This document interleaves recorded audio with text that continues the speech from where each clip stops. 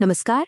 तारीख है 16 अप्रैल 2026 और चलिए फटाफट नजर डालते हैं देश और दुनिया की उन बड़ी खबरों पर जिन्हें समझना जरूरी है।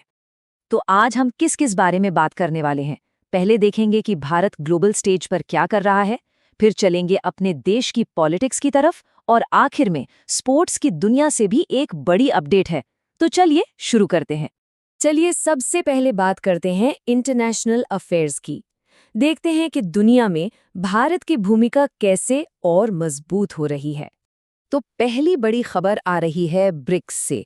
अब ब्रिक्स तो हम जानते ही हैं, दुनिया की 5 बड़ी उभरती अर्थव्यवस्थाओं का ग्रुप। तो यहाँ भारत ने एक बहुत ही ज़रूरी हेल्थ मीटिंग को लीड किया है। मतलब साफ है, ग्लोबल हेल्थ के मामले में भारत अब ड्राइविंग सीट पर आ रहा है। अच्छा, तो ये मीटिंग हुई नई दिल्ली में और इसका जो थीम था ना, वो था building for resilience, innovation, cooperation and sustainability. सुनने में थोड़ा भारी लगता है, पर मतलब सीधा सा है कि कैसे सभी सदस्य देश मिलकर अपने हेल्थ सेक्टर को भविष्य के लिए तैयार करें, उसे और मजबूत और इनोवेटिव बनाएं।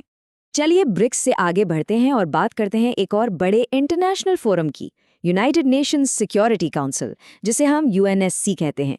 यहाँ पर भी भारत ने रिफॉर्म्स को लेकर अपना स्टैंड बिल्कुल क्लियर कर दिया है। और यहाँ पर मामला बड़ा दिलचस्प हो जाता है। भारत ने कहा है कि ये जो 2 टियर परमानेंट मेंबरशिप सिस्टम है ना, ये हमें बिल्कुल मंजूर नहीं। इसका मतलब है कि भारत नहीं चाहता कि परमानेंट मेंबर्स की 2 कैटेगरी बन जाएं, एक जिनके पास सारे अधिकार हों और दूसरे जो सिर्फ नाम के परमानेंट हों।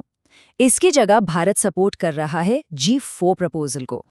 तो सवाल ये है कि ये G4 प्रपोजल आखिर है क्या? देखिए, इसका सबसे बड़ा पॉइंट ये है कि जो भी नए परमानेंट मेंबर्स बनेंगे, उन्हें 15 साल तक वीटो पावर नहीं मिलेगी। अब ये वीटो पावर क्या भला है? इसे ऐसे समझिए कि ये एक सुपर वोट है। मान लीजिए किसी मीटिंग में बाकी सब लोग हाँ कह रहे हैं, पर एक सदस्य जिसके पास वीटो है वो ना कह दे, तो बस वो बात वहीं खत्म, वो प्रस्ताव पास नहीं होगा। तो G4 प्रपोजल का आइडिया है कि नए मेंबर्स को जिम्मेदारी तो मिले, पर ये जो सुपर वोट वाली ताकत है वो 15 साल के बाद मिले। ठीक है, तो ये तो हुई दुनिया की बात।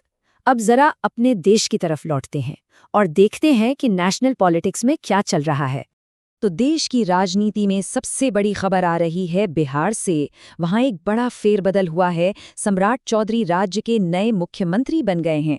एक नए पॉलिटिकल चैप्टर की शुरुआत हो गई है बिहार में और प्रधानमंत्री नरेंद्र मोदी ने भी उन्हें बधाई दी है। अच्छा, पॉलिटिक्स के अखाड़े से निकलते हैं और चलते हैं खेल के मैदान में। देखते हैं स्पोर्ट्स की दुनिया में क्या हलचल है। स्पोर्ट्स में खासकर युवा टैलेंट के लिए एक बहुत बड़ी खबर है। नेशनल टेबल टेनिस चैंपियनशिप की शुरुआत हो चुकी है। जी हाँ, वो मंच तैयार है जहां हमें देश के अगले स्टार खिलाड़ी देखने को मिलेंगे। तो ये है 87th interstate junior and youth national table tennis championship. इसका उद्घाटन किया उत्तराखंड के मुख्यमंत्री पुष्कर सिंह धामी ने मल्टीपर्पस स्पोर्ट्स हॉल में। और सबसे अच्छी बात यह है कि पूरे देश से यंग प्लेयर्स यहाँ अपना दम दिखाने आए हैं। चलिए, तो जाने से पहले क्विक रिकैप हो जाए। आज की सारी बड़ी खबरों पर एक नजर डाल लेते हैं फटाफट। तो आज की बड़ी बातें क्या थीं? इंटरनेशनल फ्रंट पर भारत ने नई दिल्ली में ब्रिक्स हेल्थ मीटिंग की अध्यक्षता की। यूएनएससी रिफॉर्म्स पर भारत ने G4 प्रपोजल का साथ दिया। पॉलिटिक्स में सम्राट चौधरी बिहार के नए सीएम बने और स्पोर्ट्स में 87वीं national table tennis championship Uttarakhand में शुरू हो गई। और हाँ, जाने से पहले एक सवाल।